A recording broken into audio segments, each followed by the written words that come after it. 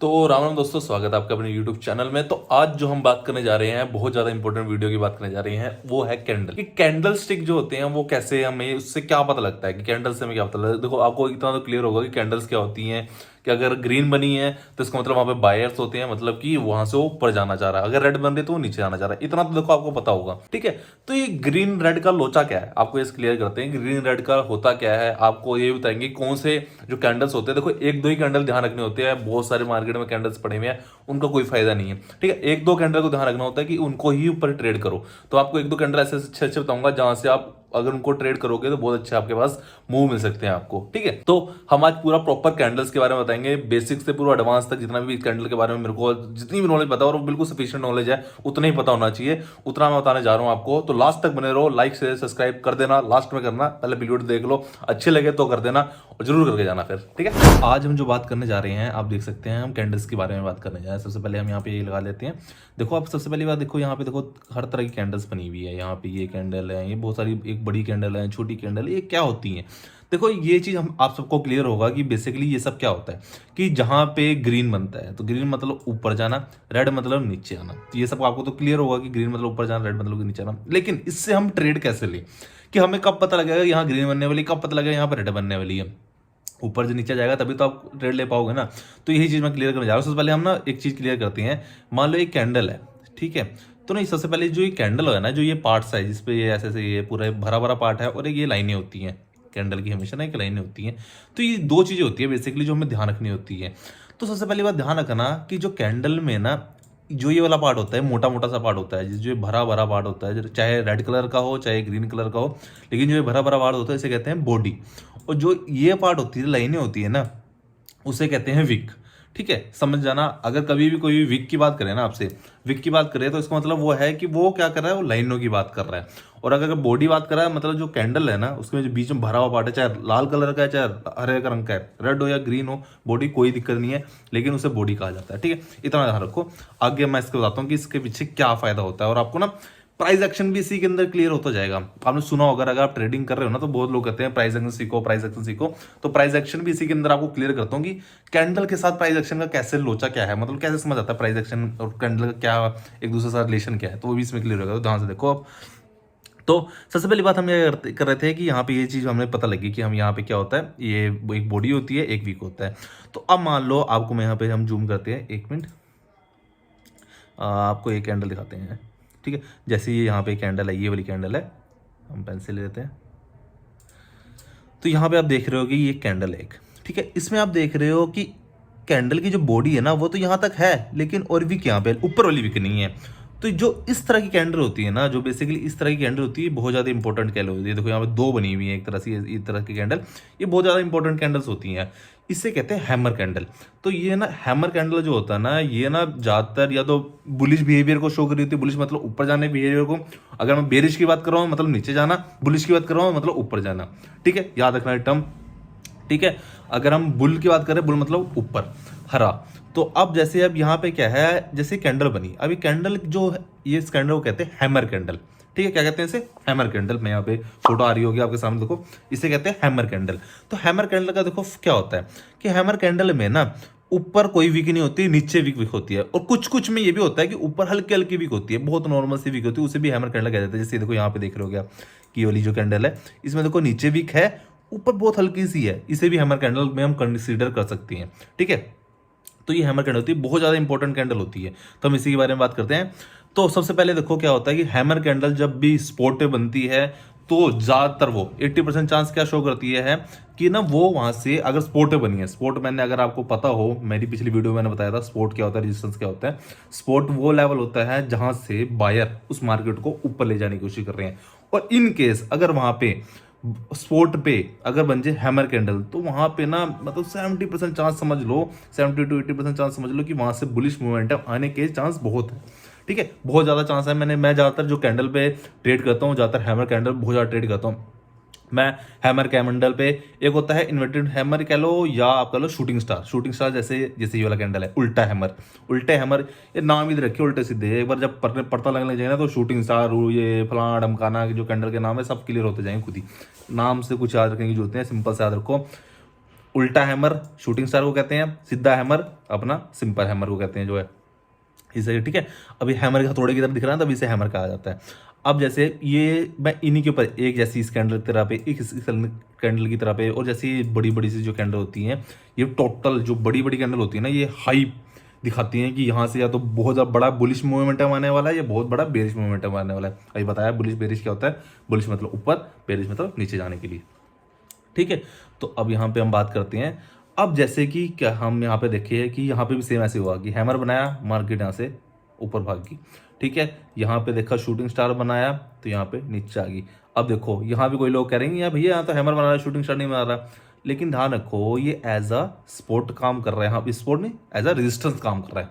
तो रेजिस्टेंस के लिए कलर डजेंट मैटर, यहाँ पे रेजिस्टेंस का काम कर रहा है, यहाँ पे इसने हैमर ने इसको नीचे गिर दिया, तो ये चीज है। तो अब हम बात करते हैं कि हमने जैसे पढ़ लिया कि मेन क्या क्या होता है, क्या कैसे नहीं होता है। तो अब देखो सबसे पहली बात जो ये कैंडल्स होती है ना, आपको मेन इसमें ये याद रखना है विक क्या होती है, बॉडी कैसे होती है, और कभी भी जैसे मान लो ये यहाँ पे एक अब ये एज अगर नीचे से जा रहा है तो ये क्या काम कर रहा है, एज अ रेजिस्टेंस काम कर रहा है। अगर कोई चीज़ ऊपर से इसको ऐसे जा रही है तो एज अ स्पोर्ट काम कर रहा है। तो ये ध्यान रखना, पिछली वीडियो में मैंने बताया हुआ है सब कुछ।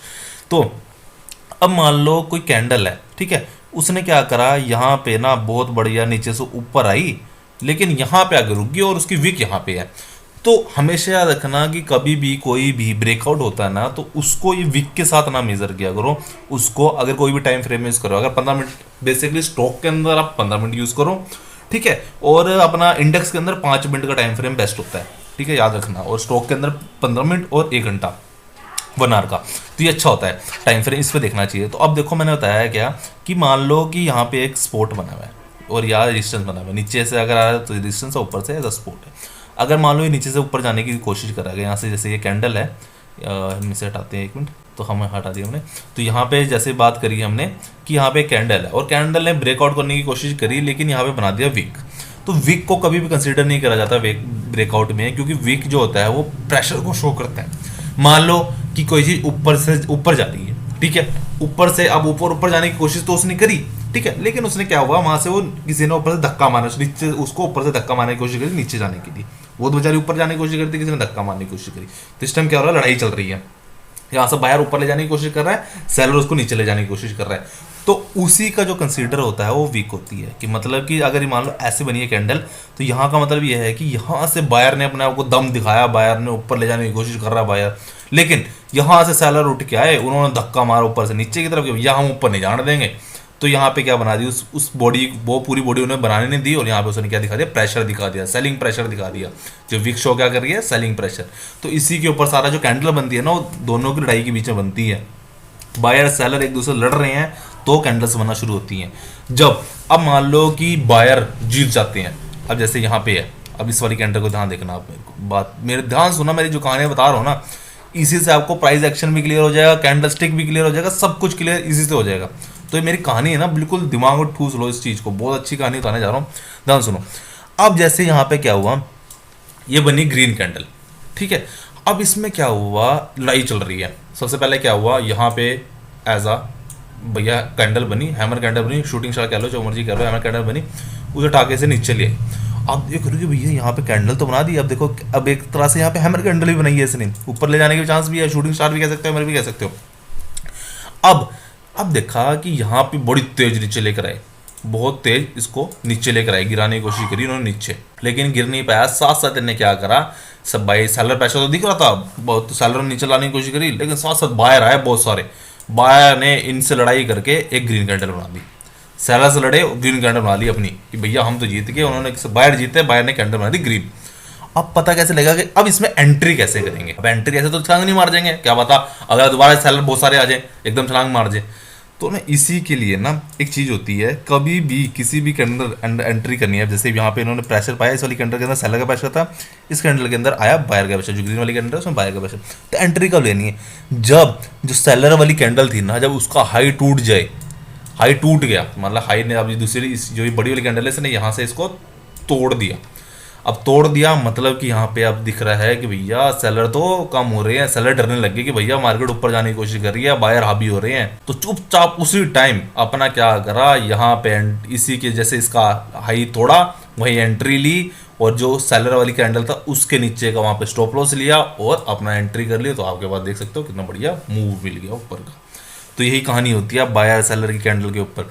तो ना मेन आप यही कैंडल का ध्यान रखो। अगर इसके अलावा भी कंफर्मेशन चाहिए तो आप ये भी कर सकते हो कि जैसे ये है, आपने क्या करा, यहाँ पे मैंने उन्हें को बता दिया कि स्पोर्ट पे हैमर कैंडल बनाया तो मूवमेंट आने की चांस है, ऊपर जाने के चांस है, बहुत ज़्यादा चांस होते हैं ये वाले। और एक हैमर बता दिया आपको, शूटिंग स्टार अगर बनाता है तो नीचे जाने के चांस होती हैं, ये भी बता दिया। अगर डिस्टेंस पे कोई हैमर या शूटिंग स्टार बना रहा है तो नीचे जाने के चांस है। और अगर जैसे यहाँ पे बायर का प्रेशर पड़ा, इस कैंडल पे भी इन दोनों कैंडल पे एंट्री नहीं करी, हमने क्या करा भैया, देखा यहाँ प्रेशर ज़्यादा, यहाँ भी बायर का प्रेशर अच्छा बन गया, यहाँ भी बायर का बहुत ज़्यादा अच्छा प्रेशर बन गया, तो हम जो अगली कैंडल है उसमें छलांग मार देंगे फटाफट। तो वहाँ से भी हमें एक वो मिल गया। अब जैसे यहाँ पे देख रहे हो अशोक लेलैंड है, अगर अशोक लेलैंड हम आपको ये भी एनालिसिस बता देते हैं। अगर मान लो अशोक लेलैंड जैसे ये स्टॉक है अपना, हम यहाँ पे एक अपना वो ले लेते हैं ट्रेंड, एक लाइन लेते हैं, को ये लाइन ले ली। अगर अशोक लेलैंड ने यहाँ पे देखो क्या प्रेशर की लाइन बनाई मैंने, यहाँ पे देखो आप देख सकते हो कि यहाँ पे क्या बना रहा है, प्रेशर बना रहा है यहाँ पे, कि यहाँ पे क्या हो रहा है, नीचे आया फिर दोबारा ऊपर गया, फिर दोबारा नीचे आया फिर दोबारा ऊपर जा रहा है। तो ये क्या दिखा रहा है कि यहाँ पे क्या हो रहा है, बायर ज़्यादा हो रही है, मार्केट को नीचे ले जाने की कोशिश तो की जा रही है लेकिन नीचे ले जा नहीं पा रहे हैं। क्यों? क्योंकि ऊपर से इतना प्रेशर नहीं आ पा रहा है कि मार्केट को धक्का देके नीचे ले जा पाए, सेलर इतने सारे नहीं है कि उसको नीचे ले जा पाए, और नीचे से बायर हैं वो नीचे नहीं गिरने दे रहे, वो कह रहे हैं भैया हम तो नहीं जाने देंगे, यहाँ पर जो लाइन है इस लाइन पे बायर बैठे हुए हैं कि हम तो नीचे नहीं जाने देंगे। तो ये हो सकता है अगर मार्केट जब भी खुलती है तो ये हो सकता है कि अगर थोड़ी देर और भी यहाँ टिके रहे और जब ये यहाँ से ये लाइन टूटेगी तो ऊपर जाने का मूव हमें अच्छा मिल सकता है। तो ऐसे ही एनालिसिस की जाती है, बायर सेलर को पहचानना होता है कि कहाँ पे बायर बैठे हैं कहाँ पे सेलर बैठे हैं, बायर और सेलर की लड़ाई हो रही है, जो जीतेगा उस तरफ मूव जाएगा। ये सब कैंडल से पता लगता है कि कैंडल यहाँ पे सेलर जीत रखे तो सेलर ने बहुत तेजी से नीचे चलाया, लेकिन साथ साथ बायर आ गए और बायर की एक्टिविटी हुई, तो बायर जब इंक्रीज होना शुरू हुए तो बायर ने उठा के ऊपर ले गए। तो उसी के बीच में हमने भी कूदना है, जब सारे दोनों बायर सेलर लड़ रहे हैं और जो जीत जाता है उसके बीच में कूद जाओ, ऐसी चीज़ है ये सब, प्राइस एक्शन इसी को कहते हैं। तो इसको थोड़ा सा समझने की कोशिश करो, थोड़ा देसी लैंग्वेज मैंने आपको इसलिए समझा रहा हूँ कि इजीली समझ आ जाए। तो पढ़ी लिखी वो रट्टे वाली चीज़ें हैं कि बुक से पढ़ के मैंने आपको बता दिया ऐसे होता है, दिस इज़ दिस अंग्रेजी झाड़ दी, उससे कोई फ़ायदा नहीं, आपको समझ आएगा नहीं। ठीक है, वीडियो को 10 बार देखोगे तब समझ आएगा। अभी मैं इतनी देसी लैंग्वेज समझा रहा हूँ, इतना सिंपल लैंग्वेज समझा रहा हूँ कि आपको बहुत इजीली समझ आ जाए। बहुत मतलब जो डेली रूटीन में बातें करते हैं ना उस तरह से समझाया आपको मैंने। अगर अभी समझ नहीं आया तो दोबारा से देखो, समझ आएगा। और वीडियो को लाइक करके जाना यार, कमेंट भी करके जाना। आप सब प्यार बहुत कम दिखा रहे हो, रोज शिकायत करो आप सबसे रोज, ठीक है। तो अपना प्यार दिखाओ, लाइक शेयर सब्सक्राइब करो, इंस्टाग्राम पे जाके फॉलो करो फटाफट, चैनल का नाम आ रहा है, फटाफट जाओ फॉलो करो, वहाँ भी लाइक करा करो, ठीक है। तो मिलते हैं आपको अगली वीडियो में।